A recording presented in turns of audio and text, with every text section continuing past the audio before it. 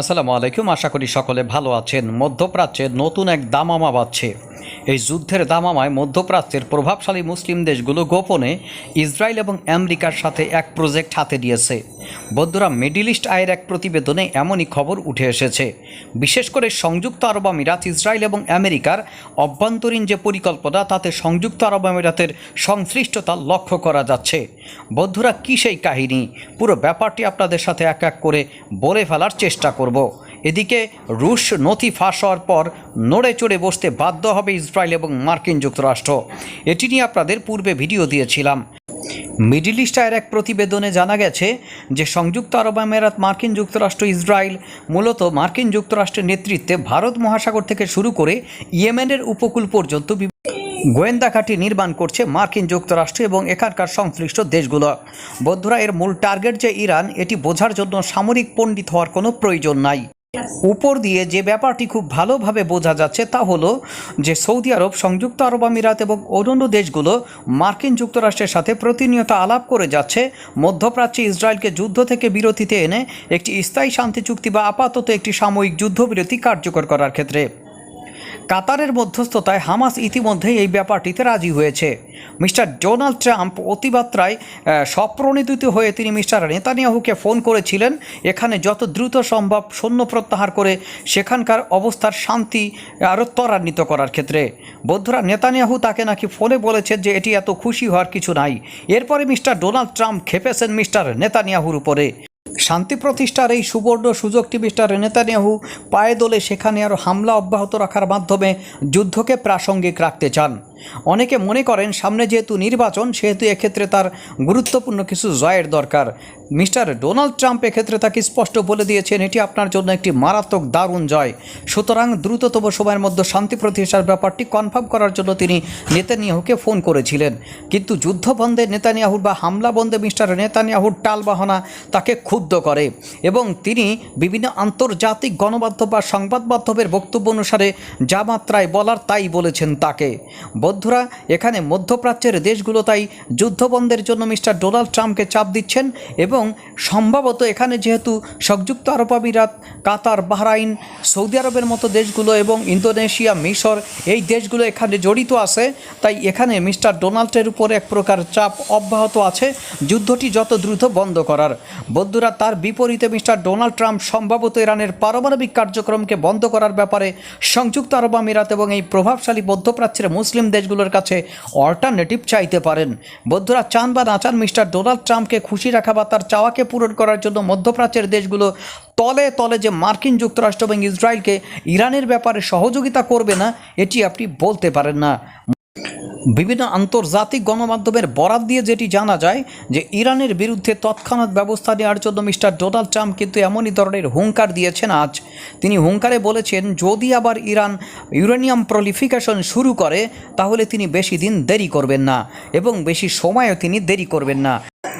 ইরানের প্রতি মার্কিন যুক্তরাষ্ট্রের এই হুমকিটা এমন সময় এলো বা মিস্টার ডোনাল্ড ট্রাম্পের হুমকিটা এমন সময় এলো যখন ইরানে হামলার জন্য পরিপূর্ণভাবে মধ্যপ্রাচ্যে তাদের সামরিক প্রস্তুতি শেষ করেছে আমেরিকা। বন্ধুরা, মধ্যপ্রাচ্যে যখন তাদের এই ধরনের সামরিক প্রস্তুতি শুরু করা হয়েছিল তখনই আশঙ্কা বা ধারণা করা হয়েছিল আবারও একটি হামলা অত্যাসন্ন ইরানের উপরে। বন্ধুরা, ইসরায়েল যে সেই হামলার মুখ্য ভূমিকা পালন করবে এটি এখনই বোঝা যায়। তবে চরম বাস্তবতা হচ্ছে গত 12 দিনের যুদ্ধে ইসরায়েল এবং ইরান একে অপরের দুর্বলতা এবং সবলতার জায়গাগুলো খুব ভালো করে জানে। তারা একে অপরকে এই মুহূর্তে চিনে গেছে। আর মার্কিন যুক্তরাষ্ট্রের প্রতি গতবার দরদ দেখালেও এবার যদি কোনোভাবে মার্কিন যুক্তরাষ্ট্র ইরানের পারমাণবিক অবস্থানগুলোতে হামলা চালানোর চেষ্টা করে বা হামলা চালায়, সেক্ষেত্রে ইরান কি করবে? বন্ধুরা, সেক্ষেত্রে ইরান আর বসে থাকবে বলে মনে হয় না। তারা মার্কিন যুক্তরাষ্ট্রের মধ্যপ্রাচ্যের যে ঘাঁটিগুলো রয়েছে সেই ঘাঁটিগুলোতে আঘাত আনবে এ বিষয়ে কোনো সন্দেহ সম্ভবত নাই। কারণ মার্কিন যুক্তরাষ্ট্রের ঘাঁটিগুলো সবই ইরানের ক্ষেপণাস্ত্র পাল্লার মধ্যে। অর্থাৎ তুমি ইরানের পারমাণবিক অবস্থান এবং তাদের সামরিক অবস্থান ধ্বংস করার জন্য তাদের ক্ষেপণাস্ত্র, আকাশপথ এবং অন্যান্য রাস্তাগুলো ইউটিলাইজ করবা, আর ইরান তোমার উপরে হামলা না চালাইয়ে বসে থাকবে, সেটি যে ঘটবে না। বন্ধুরা, মার্কিন যুক্তরাষ্ট্রের কাতার অবস্থিত আল আউদুদ ঘাঁটিতে হামলা চালিয়ে ইরান একটি ওয়ার্নিং দিয়ে দিয়েছে। সুতরাং পুরো মধ্যপ্রাচ্যব্যাপী আবার যুদ্ধটি ছড়িয়ে পড়তে পারে। তাহলে আঘাত কোথায় কোথায় আসবে?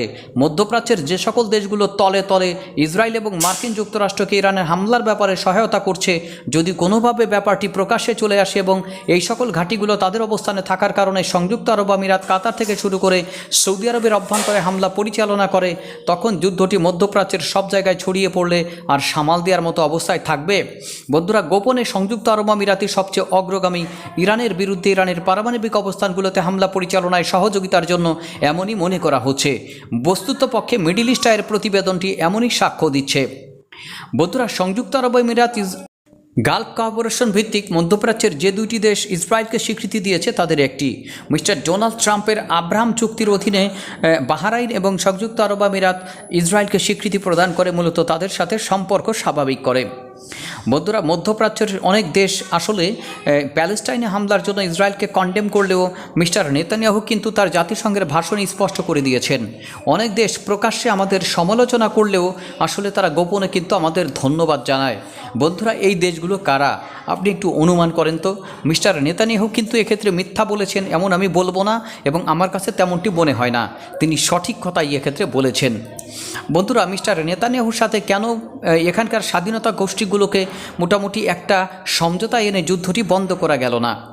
বন্ধুরা, ইরান একদিকে যেমন এখানকার স্বাধীনতাকামী গোষ্ঠীগুলোকে মদদ দেওয়ার মাধ্যমে যুদ্ধ জারি রাখছে, আবার মধ্যপ্রাচ্যে এটি নিয়ে বিভিন্ন দেশের দেন দরবার বা স্বার্থ উদ্ধারের ব্যাপার আছে। যদি হামাসকে বিশেষ করে চাপ দিয়ে তাদের হাতে যে সকল ইসরায়েলি পণবন্দী রয়েছে তাদেরকে উদ্ধার করা যেত বা মুক্তি দেওয়া যেত, তাহলে সম্ভবত এখানকার যুদ্ধটি পূর্বেই শেষ করা যেত। বন্ধুরা, তারা মধ্যপ্রাচ্যে যে অবস্থান নিয়েছে, নিজেরা সাধারণ গাজাবাসী থেকে শুরু করে সাধারণ প্যালেস্টাইন নাগরিকদের একদিকে রক্ষা করতে পারছে না, আবার না পারছে ইসরায়েলি হামলা মোকাবেলা করতে। সুতরাং ইসরায়েল এই মধ্যপ্রাচ্যের এই অবস্থানগুলোতে যুদ্ধের জন্য এবং ধ্বংসযজ্ঞ ঘটানোর জন্য যেমন ইসরায়েলকে অনেকে দায়ী করে থাকেন, আমার কাছে মনে হয় ইসরায়েলের পাশাপাশি হামাসকেও এক্ষেত্রে দায়ী করা উচিত, কারণ তারাও এর দায় এড়াতে পারে না। বন্ধুরা, আন্তর্জাতিক বিশ্ব, বিশেষ করে মধ্যপ্রাচ্যের যে সকল দেশগুলো রয়েছে তাদের গুরুত্বপূর্ণ কৌশলগত কূটনৈতিক বিজয় হতে পারত যদি তারা ইসরায়েল, আমেরিকা এবং পশ্চিমা বিশ্ব তার সাথে এই স্বাধীনতাকামী গোষ্ঠীগুলোকে চাপ প্রদানের মাধ্যমে আগেই যুদ্ধটি শেষ করতে পারতেন। তারপরেও মন্দের ভালো হিসেবে আমি মিস্টার ডোনাল্ড ট্রাম্পের যুদ্ধবন্ধের এই কঠোর পদক্ষেপকে আশা করি কঠোরই হবে, অবশ্যই স্বাগত জানাই। কারণ একবারে কিছু না হওয়ার চেয়ে কিছু একটা হওয়া ভালো। বন্ধুরা, এখানে অবশ্যই এই যুদ্ধবন্ধের ক্ষেত্রে ইসরায়েলের যেমন সহযোগিতা করা উচিত, এখানকার স্বাধীনতাকামী গোষ্ঠীগুলোরও সহযোগিতা করা উচিত।